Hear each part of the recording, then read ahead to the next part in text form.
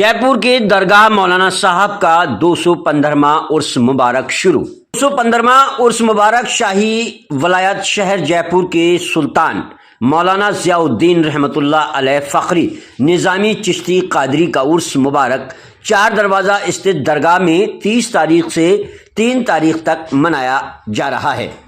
उर्स में जयपुर शहर के मशहूर और मारूफ कव्वाल अपना अपना कलाम पेश कर रहे हैं, जिसमें हाजी शाहिद फरीद साबरी, हाजी टिम्मू गुलफाम, शहादत सिद्दीकी अख्तर व अन्य कव्वालों ने हिस्सा लिया व कलाम पेश करे। वहीं जयपुर शहर के कई मोहल्लों से अकीदतमंदों ने ढोल नगाड़ों के साथ चादर पेश की व मुल्क के अमन चैन व आपसी भाईचारे के लिए दरगाह में दुआएं मांगी गईं।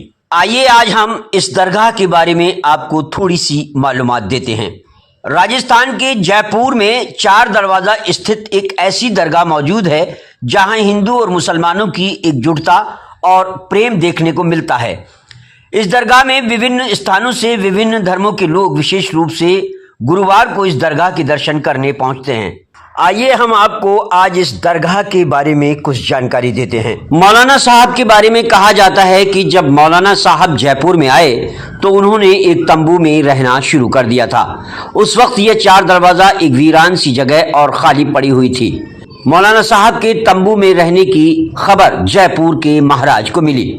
जयपुर के महाराज ने अपने सिपाही हजरत मौलाना ज़ियाउद्दीन रहमतुल्लाह अलैह के पास भेजे, लेकिन सिपाही जब मौलाना साहब को देखने आए तो उन्होंने दूर से ही हजरत मौलाना ज़ियाउद्दीन रहमतुल्लाह अलैह के पास में पाली हुई 2 बिल्लियों को देख लिया और उन बिल्लियों को सिपाहियों ने शेर समझ लिया और उनको देखकर सिपाही वापस चले गए और ये खबर उन्होंने महाराज को दी और महाराज को बताया कि महाराज उस सूफी संत के पास में तो शेर पले हुए हैं।